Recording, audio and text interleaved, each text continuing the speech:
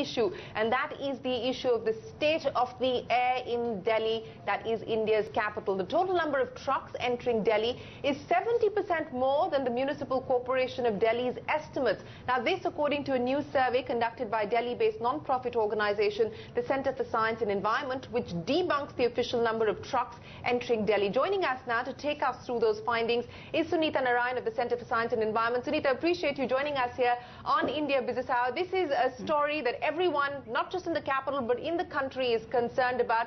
This is an issue that the Supreme Court of this country is looking into at this point in time. The CSE study debunks the official number put out by the MCD, and you're saying that the MCD estimates are actually 70% lower than what the reality is. What are you basing your assumptions on?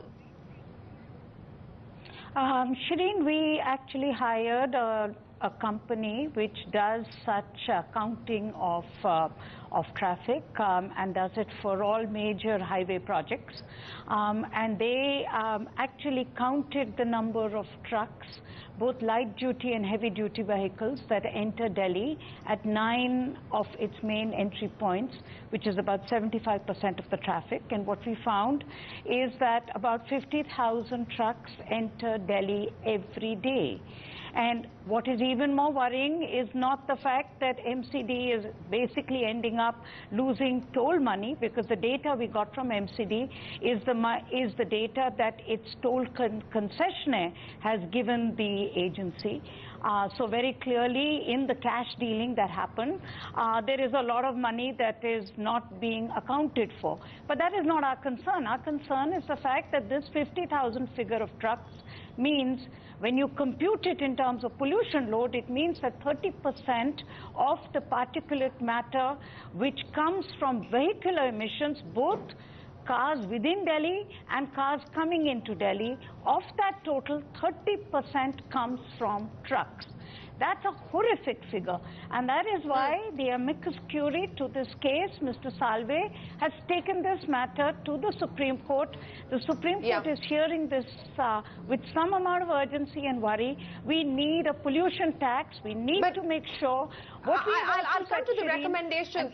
I'll come to the recommendations in just a bit, Sunita. But okay, you know, how can the MCD get it so wrong? You're saying that the MCD estimate is 70% lower than the actual reality as per the CSE study. How do you believe the MCD can get its numbers so wrong, or is this deliberate? Shireen, I'm not sure if you've ever stood at a toll plaza in the middle of the night when there are huge numbers of trucks piling up and there is huge amount of cash dealing that happens. I can assure you that it is not beyond belief that it is not MCD that has got it wrong, but it is the toll concessionaire. MCD has just put out its 127 toll booths which are entry into Delhi to a private company. The private company has won the bid at 550 crore per year, and so you have to understand that this is a business of cash dealings, and that is why one of our recommendations is that we need to move towards an RFID system so that we can also know when the truck enters and when it leaves. And this is something NHAI has been asking for, but can never get it done because there is such a lot of vested interest in the movement in making sure that the movement of trucks remains unregulated. Okay, you've given us one of the recommendations that you are making, which is to basically move to an RFID system. But let's talk about some of the other suggestions and recommendations. And you pointed out, Harish Salve, which is the amicus curiae in this matter, has actually suggested a pollution tax, compensatory charge to be levied on trucks. Will this really address the problem, even if we do move towards compensatory charges, Sunita? No, Shireen, it's important to understand why we proposed it and why Mr. Salve has put up this suggestion. The fact is that when we were trying to understand the truck traffic problem around Delhi, we found that you have to understand that the Supreme Court has actually asked for 2 bypasses to be made to to make sure that the traffic doesn't have to come through Delhi. Both the bypasses have now been delayed by 10 years, and they continue to be delayed. Now, it is in that context that we were looking at other options. When we were looking at other options, we found that there are a number of toll roads that exist that could actually take the traffic out of Delhi. But the reason the trucks were not taking these toll roads was because the price of using these roads is much higher than to come through Delhi.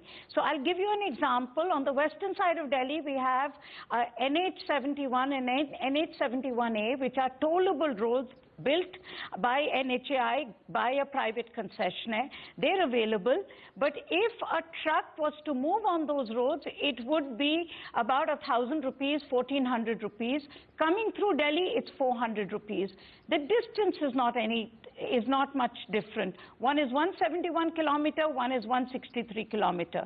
So what we are essentially saying to the court is that we need to put a charge on coming through Delhi as a disincentive, but also as an incentive for trucks to use other roads which are charged based on NHAI rates.